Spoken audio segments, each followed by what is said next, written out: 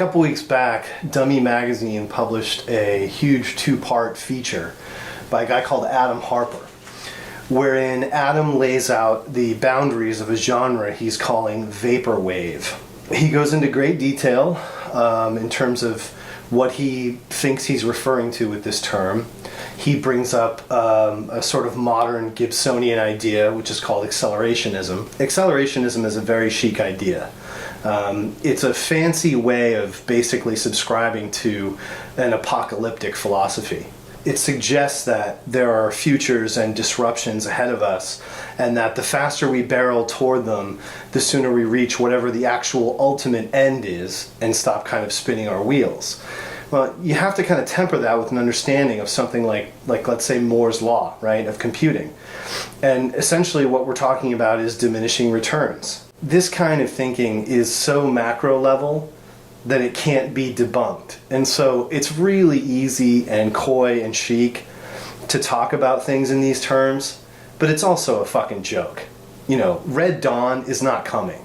I'm very skeptical of any line of thought that in any way marks its believer as a subscriber. And that's sort of the issue I have with this idea of accelerationism. The thing that's sort of strange about this is that Adam is trying to corral some very different names. Fatima Al-Qadari, James Ferraro, and Gatekeeper in the same sentence. James Ferraro has been around literally for years in many different guises. You know, he was the Skaters, he's released tons of material. A lot of it pretty obscure, but nonetheless it's been released and it's part of his body of work. And I don't really know how obscure anything can be in, you know, the internet age. Sure, yeah, you have a tour-only CDR. Well, you know, after the first show of the tour, it's out on the internet on some kid's blog, so everybody has it. I mean, more people are going to have listened to that than there are probably copies of the CDR by the second or third date of the tour you're selling it on. And the one James Ferraro piece that has stuck around and stuck with me is Marble Surf.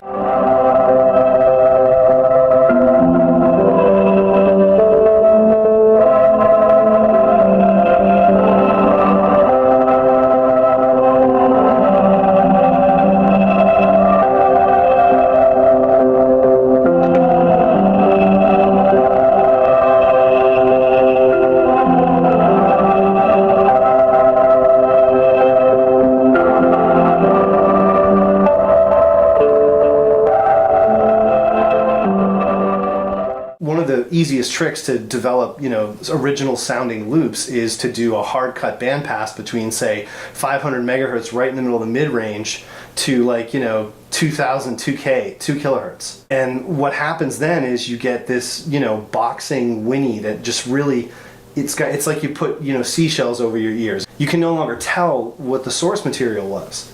So for all intents and purposes, it becomes a new loop. And in a lot of cases, the more extremely you do your bandpass, it will actually clamp down on different percussive elements of the wave. So what you come out with may not even be in the same syncopation as the original piece.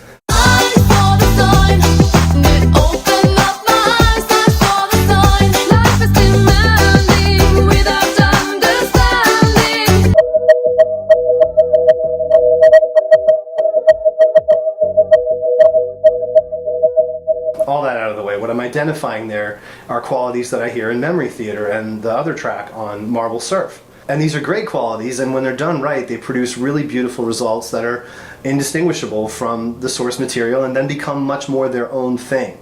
It's sort of difficult for me, looking at this, to not feel like this is really a stab by Dummy Mag to try and get at the forefront of something.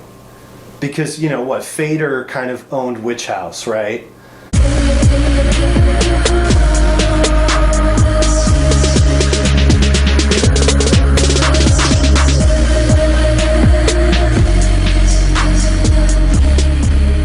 They may have overinvested here in the value of musical genre in 2012. Almost every publication bent over backwards to try and not only get a piece of, but proclaim C-punk as a genre. It's nothing new. You know, when we were coming out of punk rock in the early 80s, everybody wanted to talk about new wave, machine music, music that's going to be made by robots. Gary Newman, what do you think? There has never been a shortage of genre championing and genre naming in rock criticism. It's always been there. I don't think there's a 2 CD compilation of C-punk classics coming at us anytime soon. It was an idea. It was just a meme. It was something to play with on Twitter and Tumblr. Things that are so limited, like C-punk, are better used as accents. In the last video, I mentioned Daniel Lopatin's work as Chuck Person on that Echo Jams tape.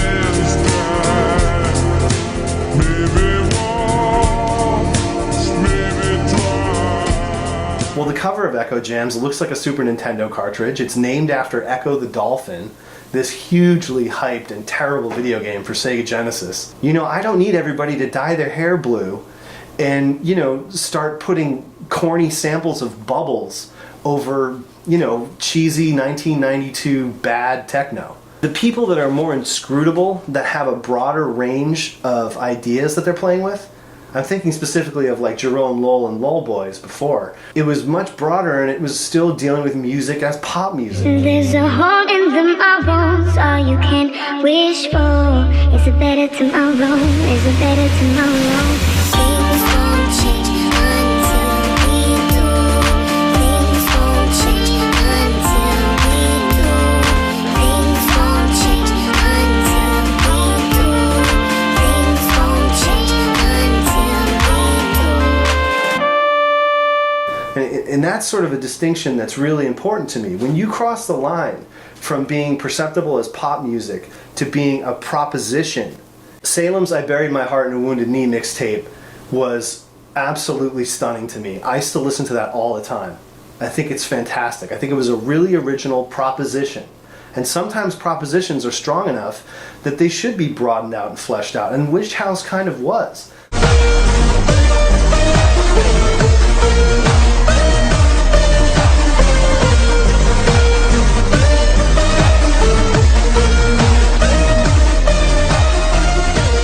A lot of times that's just not the case. And it's always been like that. Like in the early 90s when Rico Suave came out. I don't drink or smoke and into dope when I know coke. You ask me how do I do it, I cope. My only addiction has to do with a female species. I eat them raw like sushi. Everyone was trying to talk about how Spanglish rap was the next big thing. That shit never happened. Hit it, muchachos! You start with the claves, they go. There's been tons of false starts with people trying to coin and sell genre activity. It used to be the record labels, because they'd try to start a trend and then they'd sign all the bands who were participating in the trend and shop them. But now all of the writers are trying to come up with these stupid fucking genres to throw at the wall. The first time I really approached these ideas was in 2010 when I wrote a pretty long piece about a different way of approaching genre. It came out of some posts on the Opinion message board by a boarder called I Push Miracle Whips. I seized on it really quickly, and so did some other boarders who have gone on to some pretty sizable internet celebrity in the last couple of years. Mike Silver, aka CFCF, and James Brooks, Elite Gymnastics. Elite Gymnastics just came off tour with Grimes, and I'm sure if you're watching this video, you probably already know who he is, and you certainly know who Grimes is. We have been literally through the internet and through this message board talking to each other for 10 years by the time CFCF kind of became a thing, and he was getting ready to put out his own records like The River, and we had all been kind of obsessed with Burial's first 2 records for a couple of years there. He had a track called Night Bus. And in a couple of interviews, he had talked about the idea of night bus and the idea of just being out at 3 in the morning at McDonald's. And so we kind of seized on this, and we were like, well, what if you just go back, and what if you take all the music that's ever existed before, and you have this concept in mind? And in America, you know, if you've ever gotten on an overnight bus, you're usually going home from college. And it's a very strange thing. You're leaving a place you know where you're independent and on your own, and in a lot of cases you're going to your house where you grew up with your parents or your friends. And so there's this transaction mentally that's occurring where you're going from one place and toward another, but you're not there yet. And while you're traveling, you're in this kind of cocoon that's just really dark and weird and surrounded by strangers, and you most often have your headphones on and you're trying to shut all that out, but you usually have trouble sleeping, so you're up but you're tired. There's an emotional character to that. And there's an emotional character to, you know, going and getting a cheeseburger at 2:30 in the morning and the way the lights are and if it's been raining. Night bus has a completely different connotation in England and Europe, because there it's about just like shit-faced people piling onto the night bus to get home at the end of a night of heavy drinking. Well, we started just going back through and trying to think of songs that could be framed in those terms. And we made a bunch of mixes about it. Now, I just was more interested in the idea of archivally kind of re-tagging music as being, you know, evocative of or appropriate for, you know, this kind of scenario. And I did 5 or 6 mixes of this over that year and a half.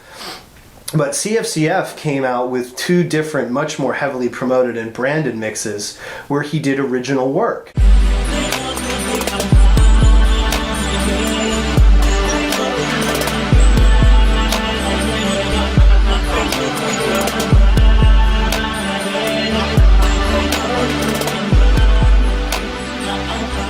And his 2 mixes, Do You Like Night Bus, did very well for him. They got a lot of attention.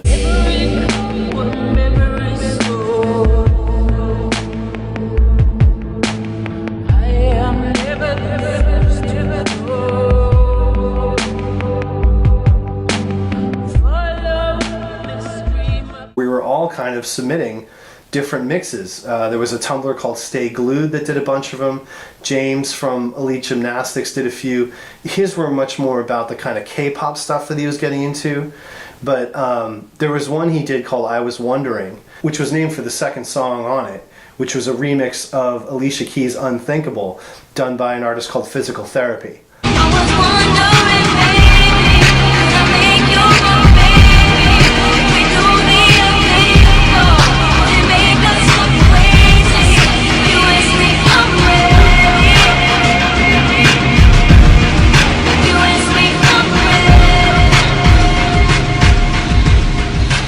And so you broaden it and you push it and you go in these different ways. And then we flipped it over and it became Morning Train. So you think about all the different things that happen when you get up and you have to catch a train from your friend's apartment or whatever, or you're on the Eurorail.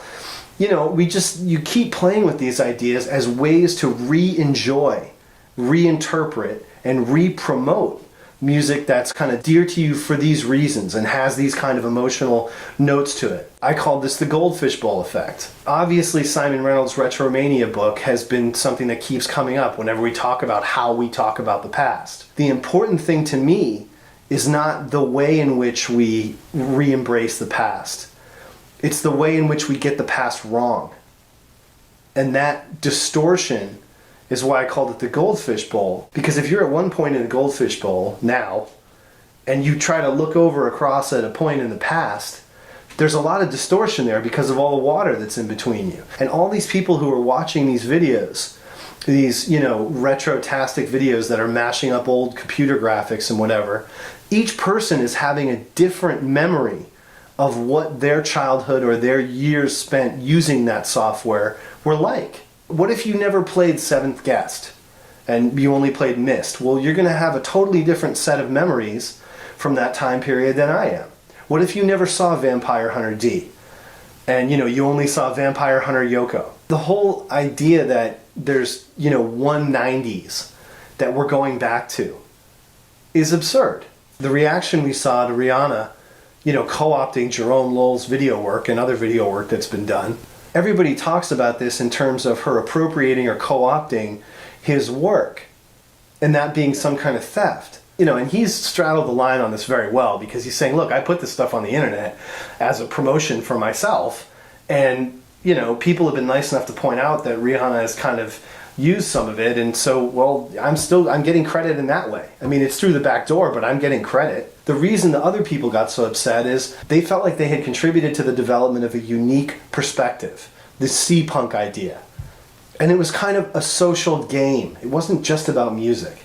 They were playing a game of signs and signifiers with each other. And when someone from the outside sees that kind of activity and appropriates it, That offends the people who were just trying to have something that was their own. You can't do that on the internet. And that's the lesson that we're, going to have to learn from this thing. As soon as you start doing stuff on the internet is a wellspring for, content providers to scrape it and reposition everything you do and say as a saleable narrative. And so, there was a fucking New York Times piece about C-Punk. Oh, man, that was brutal. I mean, they at least tried to hedge their bet by saying, oh, C-Punk has its moment, and be a little bit condescending about how foolish it was. Well, if it was so foolish, why the fuck did you even cover it? It's really tough. You gotta turn off so much shit to not become a victim of the editorial rush for consensus on the internet. They can't wait to put you in a box because they don't even have to know what they're talking about. They can just say vaporwave and everyone will assume that, this publication is really hip and trendy because they're on the vaporwave bandwagon. Or, they posted a fucking Witch House remix before anyone else did. Attribution. These are all editorial games. These are all about brand sovereignty and getting credit for being out in front of something. The way this thing is set up, people should really be a lot more guarded about how they put their art and their identity, really, out there and make it available to other parties to, react to. Because what if Rihanna hadn't, stolen Jerome Lowell's video and made a, proxy of it for her SNL appearance? What if she just did an interview and she said, I really like this stuff that Jerome Lowell did? How is that different? She gets all the credibility of knowing who you are, and you get, your name thrown out in an article that's going to be read by millions of people, probably. It's not really that different. Thankfully, it showed everybody that there was no point in waiting for Azealia Banks to come out with anything else because she's fucking over. As upset as you are that Rihanna co-opted your shit, at least be happy that you can immediately call her out on it on Twitter and Tumblr and all over the internet. Because if this had happened in the 1990s, you're fucked.